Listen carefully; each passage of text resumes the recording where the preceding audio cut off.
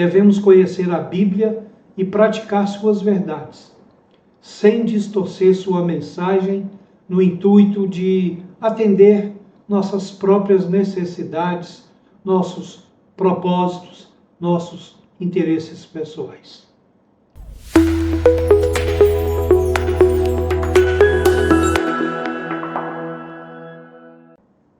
Trago hoje para a nossa reflexão um tema que incomoda um pouco, qual seja verdade bíblica, um compromisso irrenunciável.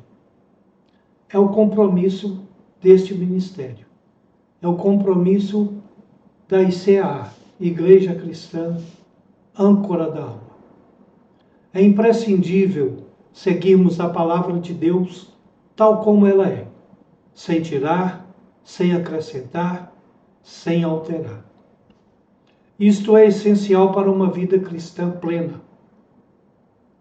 Devemos conhecer a Bíblia e praticar suas verdades, sem distorcer sua mensagem no intuito de atender nossas próprias necessidades, nossos propósitos, nossos interesses pessoais. Vivemos em um tempo marcado pela relativização. Cada pessoa define sua própria verdade. Cada grupo cria sua narrativa e cada sentimento tenta assumir o trono da autoridade final. Nesse contexto, a Igreja é chamada a nadar contra a corrente, afirmando ousadamente que existe uma verdade absoluta, imutável e eterna, qual seja a verdade da palavra de Deus. Jesus, em sua oração sacerdotal, não pediu ao Pai que tirasse os discípulos do mundo, mas que os santificasse na verdade. Em outras palavras, o discípulo de Cristo só é verdadeiramente formado, protegido e desenvolvido quando vive sob o governo da Escritura. Meu convite é para refletirmos sobre o que significa ter compromisso com a verdade bíblica, porque isso é essencial. E refletirmos também sobre como isso transforma nossa maneira de viver, nossa maneira de pensar e nossa maneira de servir. Foi pensando nesta realidade, nesta necessidade, que idealizei o projeto ICA, Igreja Cristã Âncora da Alma, compromisso com a verdade bíblica. Este ministério tem a pretensão de trazer à reflexão verdades contidas na Bíblia, e tão somente verdades, e tão somente bíblicas. A verdade nua e crua, tal como ela é. Não importa a quem possa doer, não importa a quem possa incomodar. A verdade bíblica será respeitada, será observada, será pregada. Aqui não se tapa o sol com a peneira. E tudo que for dito neste canal o será com fundamento na Bíblia, e as passagens bíblicas serão citadas para que possam ser averiguadas. Quero falar sobre a verdade bíblica como autoridade. A verdade bíblica tem autoridade. A Bíblia não é uma opinião humana, é revelação divina. Paulo, em 2 Timóteo 3, verso 16, declara: toda a Escritura é inspirada por Deus. A Escritura não é resultado de percepções humanas sobre o divino, mas sim a autocomunicação de Deus ao ser humano. Crer na Bíblia é crer que Deus falou e ainda fala. Mas neste versículo escrito por Paulo, qual o significado da expressão inspirada? Ele afirmou que toda a Escritura é inspirada por Deus. A frase chave no original grego utiliza o termo theopneustos. Literalmente significa soprada por Deus. Ou seja, Deus soprou aos ouvidos, ao coração daqueles que escreveram os livros que compõem a Bíblia. E daí chegamos a duas conclusões. Primeiro, a origem divina. Isso indica que a Bíblia não é apenas uma coleção de pensamentos humanos, de lendas, de histórias, de filosofia. Ela tem sua origem no próprio Deus. Assim como Deus soprou vida em Adão, ele soprou sua verdade nas Escrituras. 2. A dupla autoria. Embora escrita por mãos humanas, com seus estilos de época e contextos históricos, o autor primário e final é o Espírito Santo. Isso garante que a mensagem registrada seja exatamente o que Deus queria comunicar, exatamente o que Deus queria falar conosco. Mas qual o propósito da inspiração divina na Bíblia? O texto não apenas diz que a Escritura é divina, mas explica para que ela serve. A inspiração divina torna a palavra útil para 4 pilares fundamentais na vida cristã. 1. Para o ensino, para a doutrina. A Bíblia revela quem Deus é, quem somos nós e qual é o plano de salvação. Ou seja, ela define a verdade. 2. Serve para a repreensão. Aponta onde estamos errados. Ela funciona como um espelho que revela o pecado e o erro.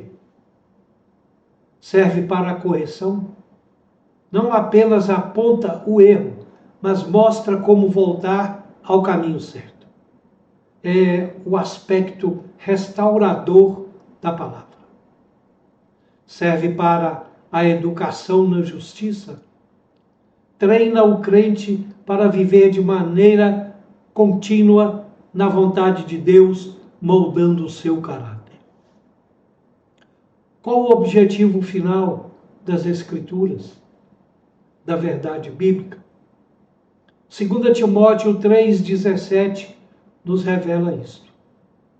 Está escrito assim: a fim de que o homem de Deus seja perfeito e perfeitamente habilitado para toda boa obra.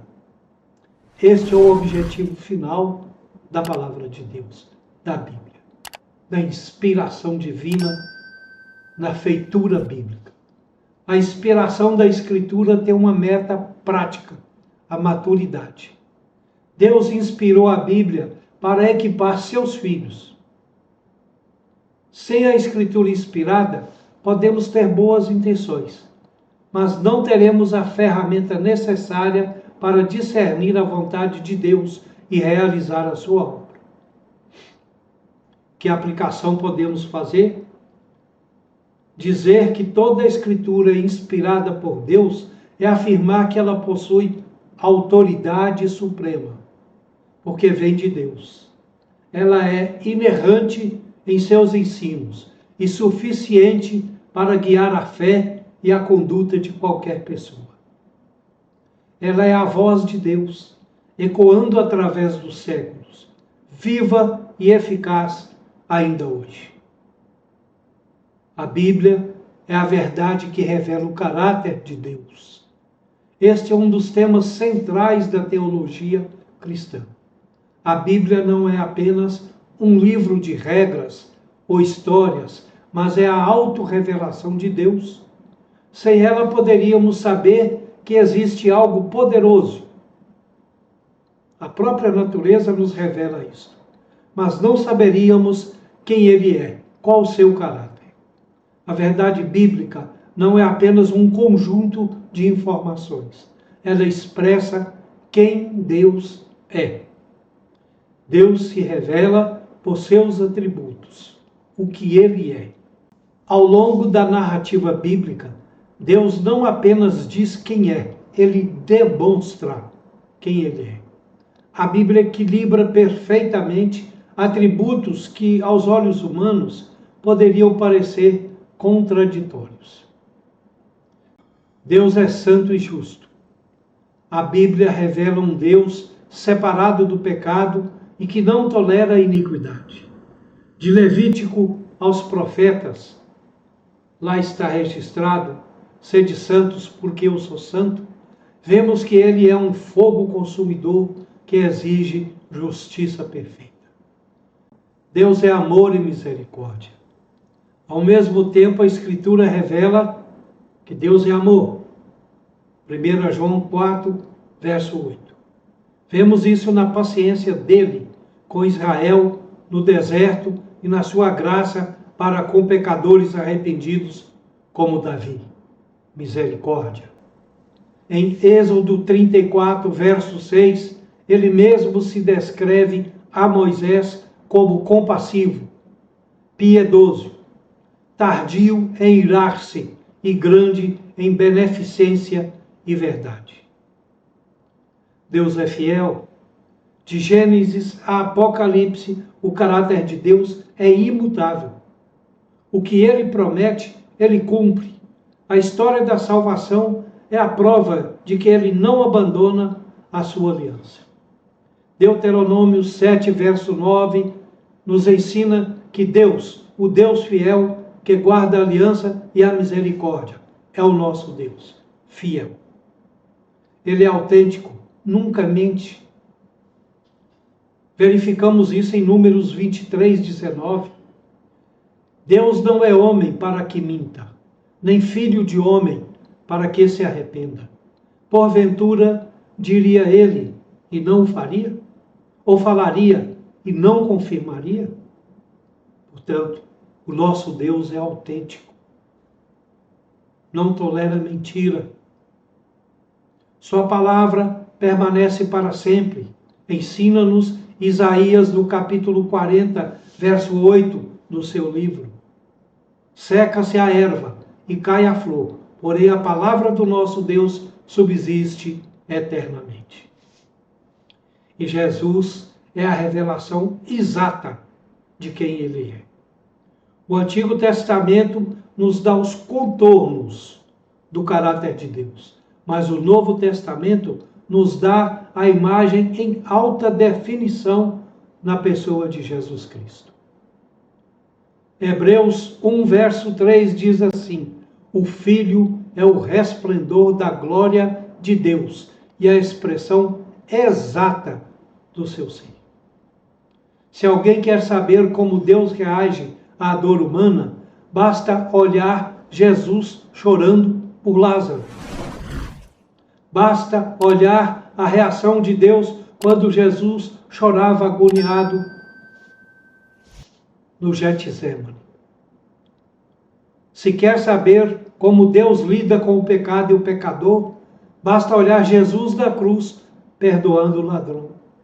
Jesus traduziu o caráter invisível de Deus em atitudes visíveis.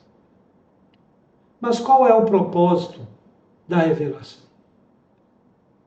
Deus não revela seu caráter para satisfazer nossa curiosidade intelectual, mas para gerar relacionamento e confiança. Grave isto. O propósito da revelação é gerar relacionamento e confiança entre Deus e seu povo. Porque Ele é soberano, podemos descansar. Porque Ele é santo, nós o tememos e respeitamos. Porque Ele é amor, nós corremos para Ele e não dele. A Bíblia revela que Deus não é uma força impessoal ou um juiz distante, mas um pai que busca relacionamento. Conhecer o caráter de Deus através da Bíblia é o antídoto para o medo e a base para uma fé inabalável.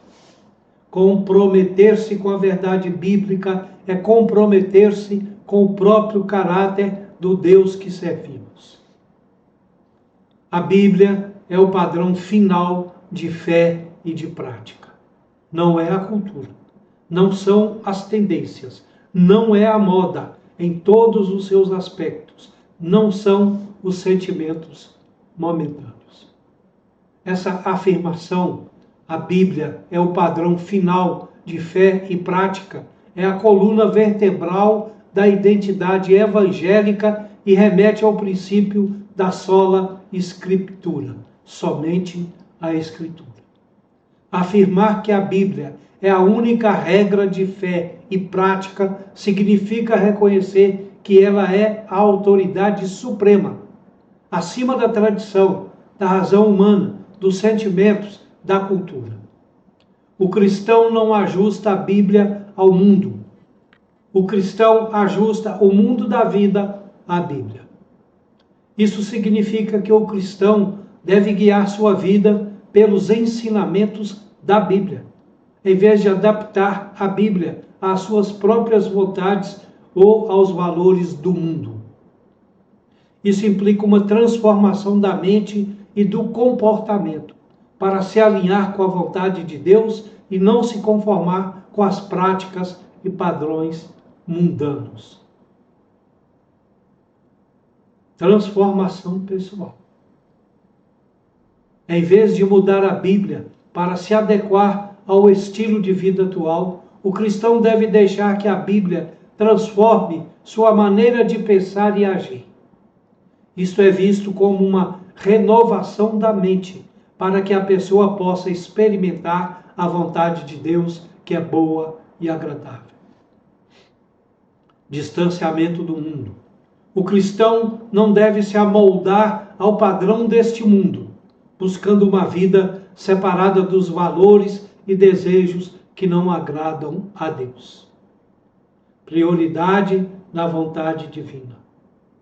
A decisão de se afastar das coisas do mundo é vista como uma escolha diária para buscar a satisfação em Cristo e viver de acordo com os princípios divinos e não com as ambições e prazeres terrenos.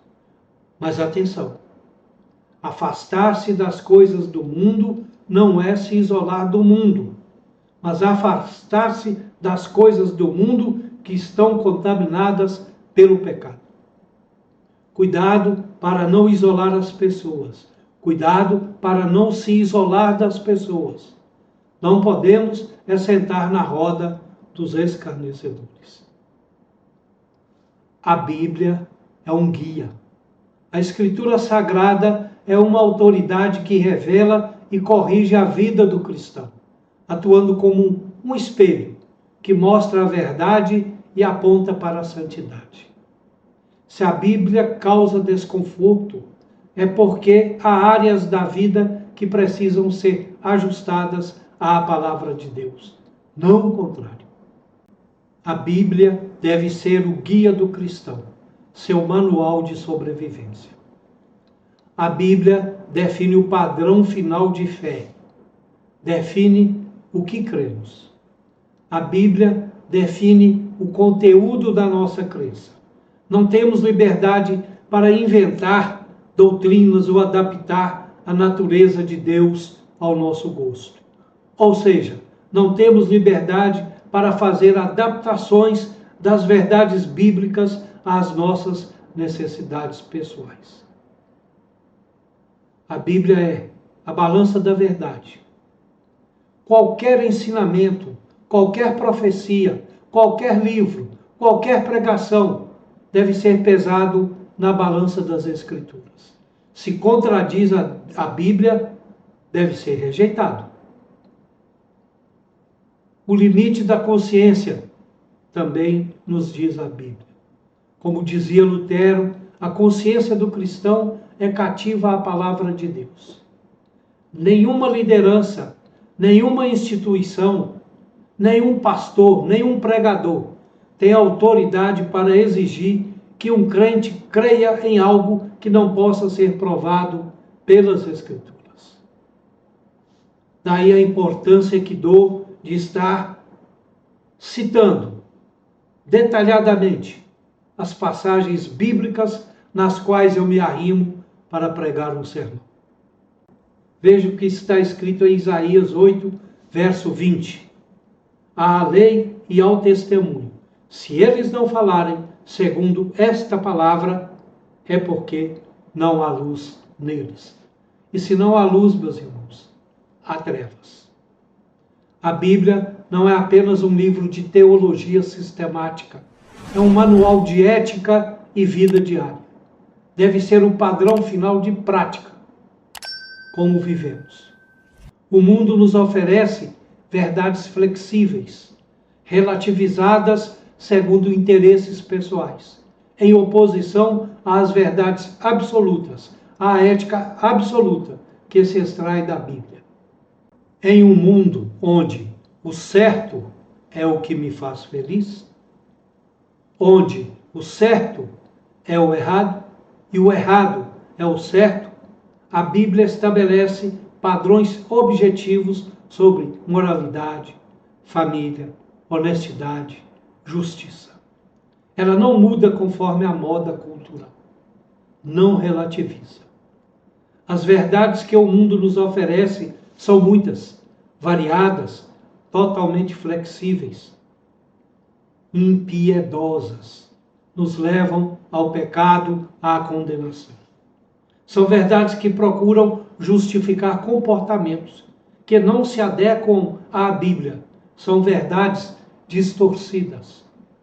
Recentemente, conversando com uma pessoa sobre o pecado da mentira, ouvi dela a seguinte afirmação: se Deus é amor, por que vai me condenar ao inferno em razão de algumas mentirinhas? Mentirinhas que não fizeram mal a ninguém. Sendo um Deus de amor, eu serei perdoada e não condenada. Doce ilusão. Mentirinhas que fizeram mal a ela, que fazem mal a ela.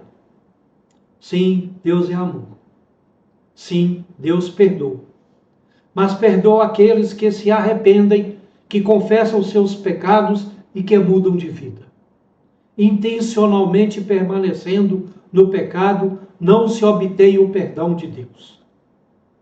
A Bíblia afirma que Deus perdoa a iniquidade, a transgressão e o pecado. A ênfase está na misericórdia e no perdão, mas também na justiça divina, que significa que as ações têm consequências, mesmo após o perdão. Se Deus é justo, e é, então haverá consequências para o pecado. A confissão e o arrependimento são passos cruciais para receber esse perdão. Portanto, não se iluda. Se você peca intencionalmente, será condenado. Atente para a diferença entre pecado e iniquidade.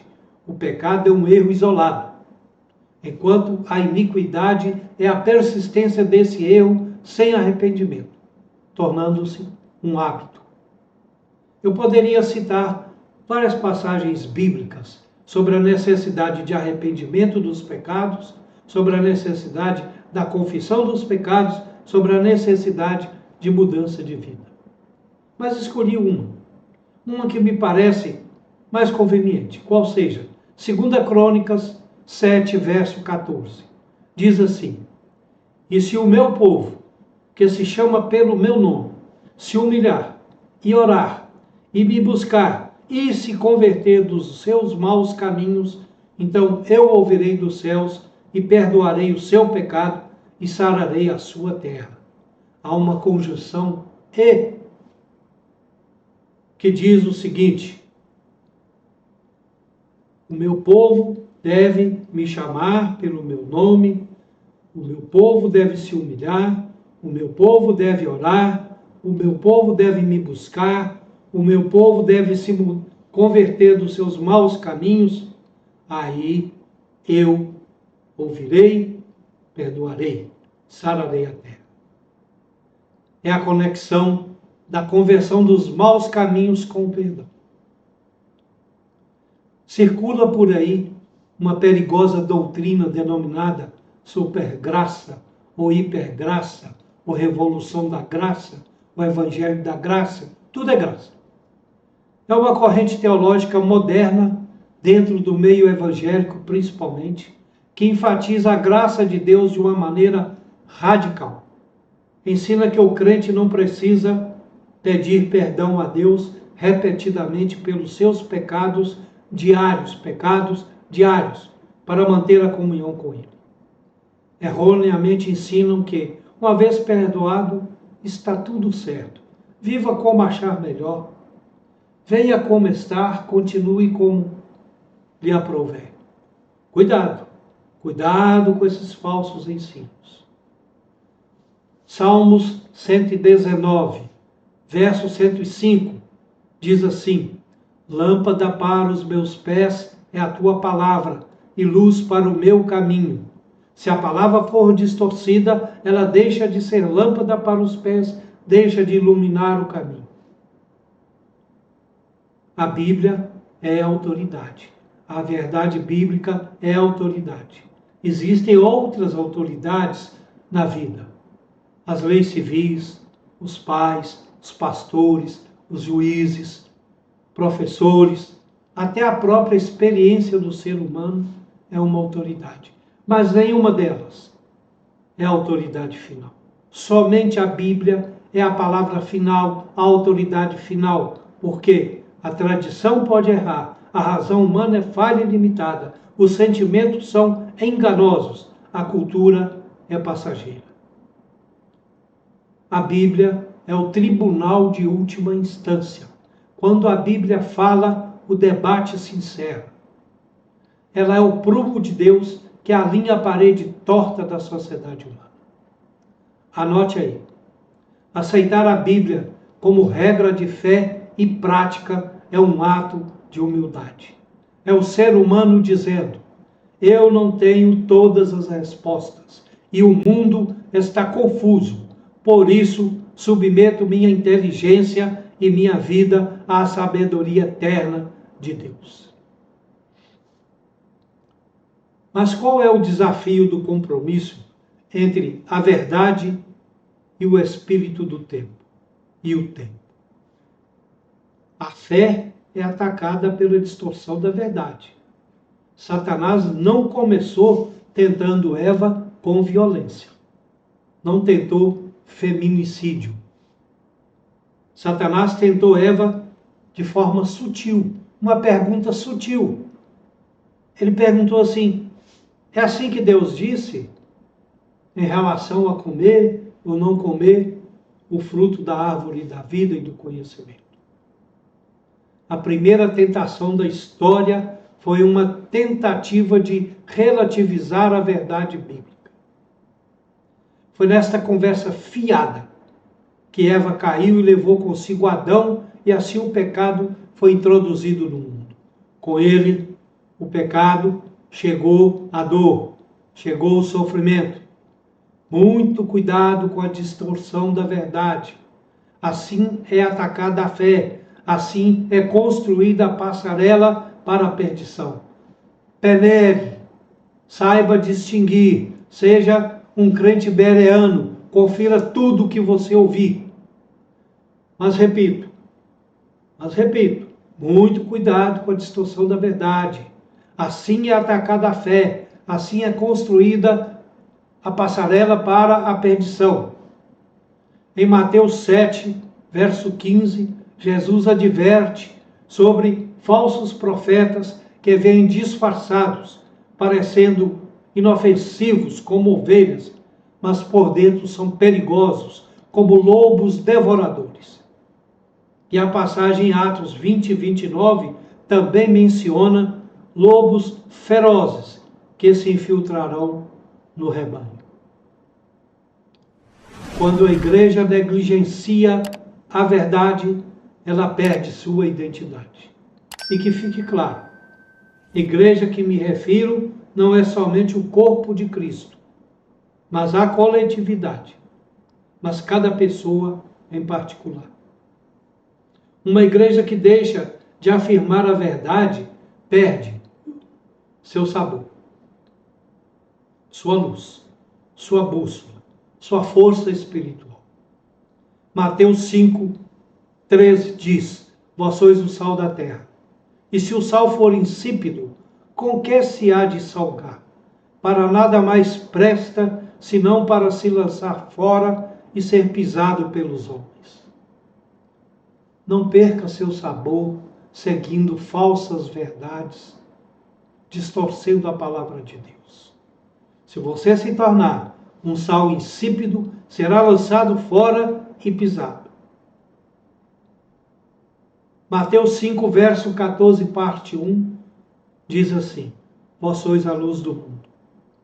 Não perca a sua luz. Não deixe de refletir a luz que é Cristo. Salmo 119, verso 105, diz assim: lâmpada para os meus pés é a tua palavra e luz para o meu caminho. Se a palavra é luz para o caminho, se a palavra é lâmpada para os pés, para guiar os pés, ela não pode ser distorcida. Se distorcida for, você vai cair no abismo.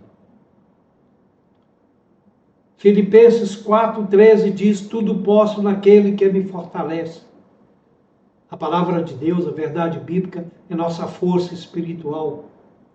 Compromisso com a verdade bíblica é um ato de sobrevivência espiritual. Não a negligencie.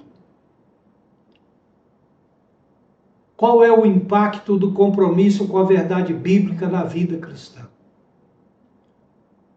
Primeiro, transforma a mente.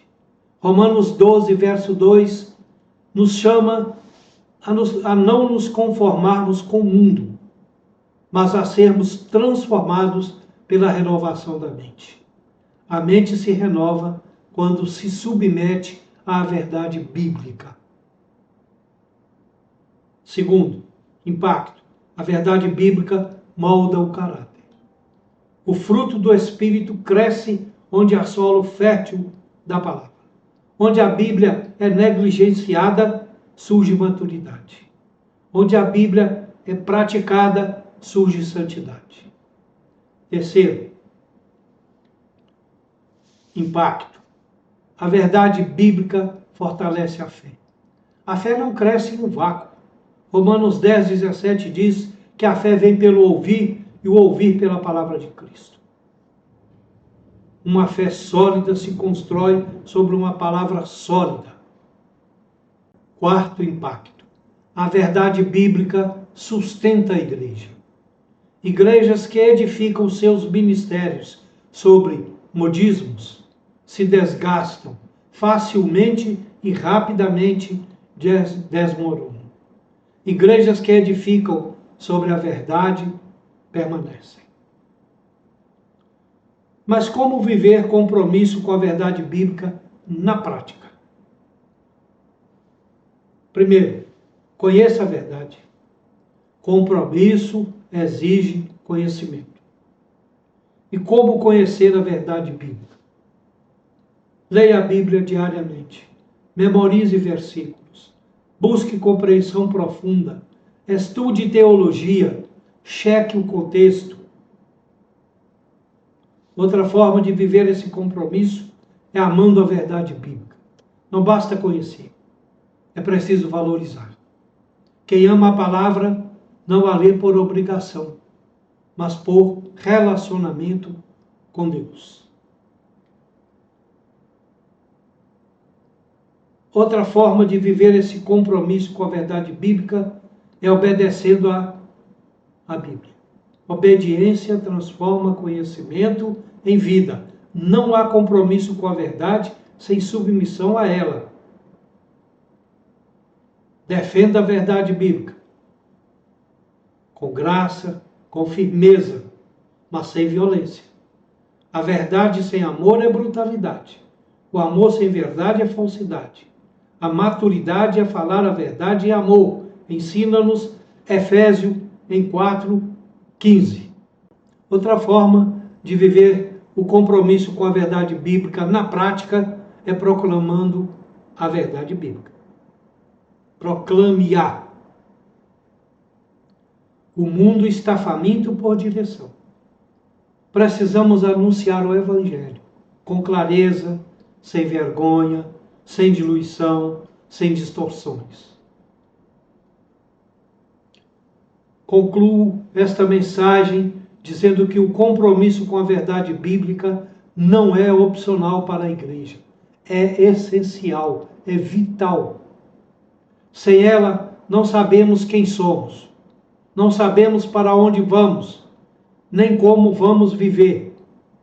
Em João 8,32 está registrado que Jesus afirmou: conhecereis a verdade e a verdade vos libertará.